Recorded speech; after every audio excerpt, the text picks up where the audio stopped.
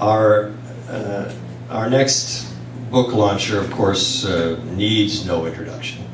She is the Poet Laureate of New Westminster, I believe, in her second term, if not her third. And in 1979, she published a book called A Split in the Water from the very, very prestigious Fiddlehead organization back east. And the title poem, the middle stanza of this title poem has impressed me since I read it some time back. I can almost recite it, but I have to read it here. I want to touch the bottom of oblivion. I try desperate to plunge further downward.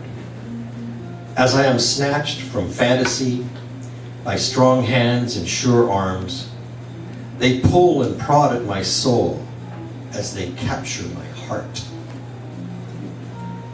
If there's a better, more concise description by poetry, of poetry, then I challenge anyone to show it to me. I think it really is a synthesis of what we all try to do as poets and what this particular poet has really tried to do.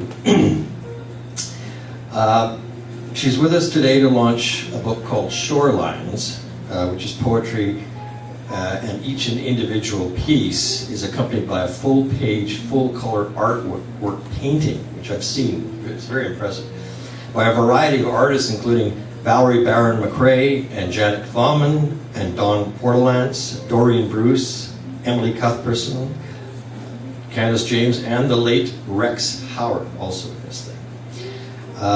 She's a tireless promoter and practitioner of poetry and poetics, writing and writing in general throughout BC and Canada, and particularly here in New Westminster. And today she takes on the further challenge in conveying to us her lyrical observations of the world within the strict confines of an age-old poetic construct, which is called the villanelle. Now, class, does anyone know what a villanelle is? Okay. It's also known as the villanesque, and it's a 19-line poetic form. It consists of 5 tercets, which is like little divisions of 3 lines,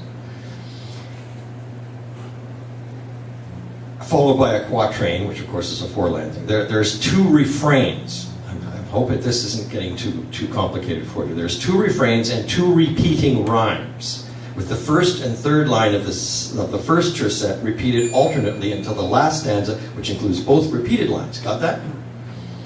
The villanelle is an example of a fixed verse form. And of course the word derives from the Latin, it's French. Mostly refers to the pastoral, which is of course this kind of an agrarian tradition of verbal storytelling. And despite the fact that it is a French invention, the majority of villanelles are written in English. I did not know this until I found out. A trend which began in the late 19th century. It's been noted as a form that frequently treats the subject of obsessions, which is perfect for poetry. And it appeals to outsiders, another perfect poetic situation. And its defining feature of repetition prevents it from having a conventional tone, so it really stands out. And so I'm not that surprised that several of the people I know in the local poetry community are forcing themselves to write villanelles. I have not done that yet. Villanelles will typically build in tone and intensity in one stanza to the next, and the works of Dylan Thomas and Edward Robertson and Sylvia Plath, Elizabeth Bishop, they all worked in the villanelle form.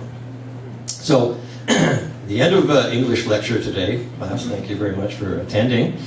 I'm absolutely enthralled to present on behalf of Silver Bow Publishing, the incomparable Candice James.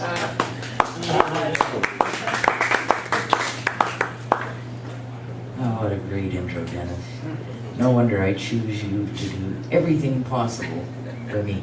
Actually, last night I was at a 65th birthday party, and this man that's given me quite a few things that I need for different things I do, he came over, it was his actually, they were renewing their vows, and I said to John, "Oh, you're just so wonderful. You're my right-hand man." And Kim says, "What am I?"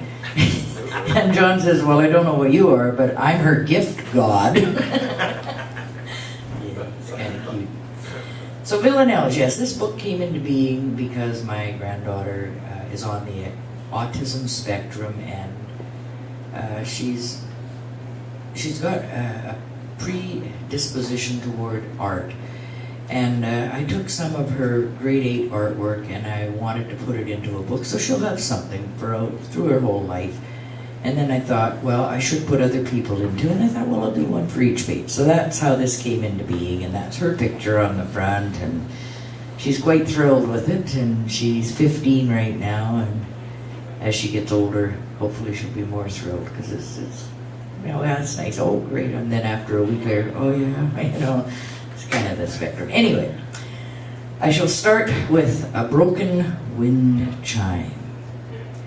A snow-cast heart is frozen in time, unrecognizable, beating no more, hanging beside a broken wind chime. Robbed of its rhythm, robbed of its rhyme, locked in a steel cage, no window, no door, hanging beside a broken wind chime.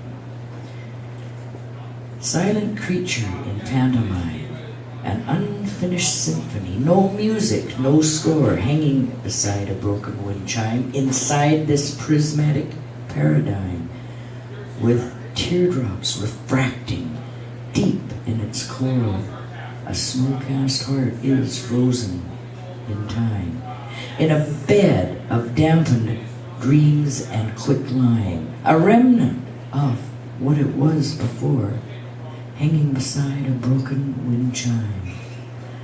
Love leaves behind a most grievous crime. Abandoned on a desolate shore, a snow-cast heart is frozen in time, hanging beside a broken wind chime.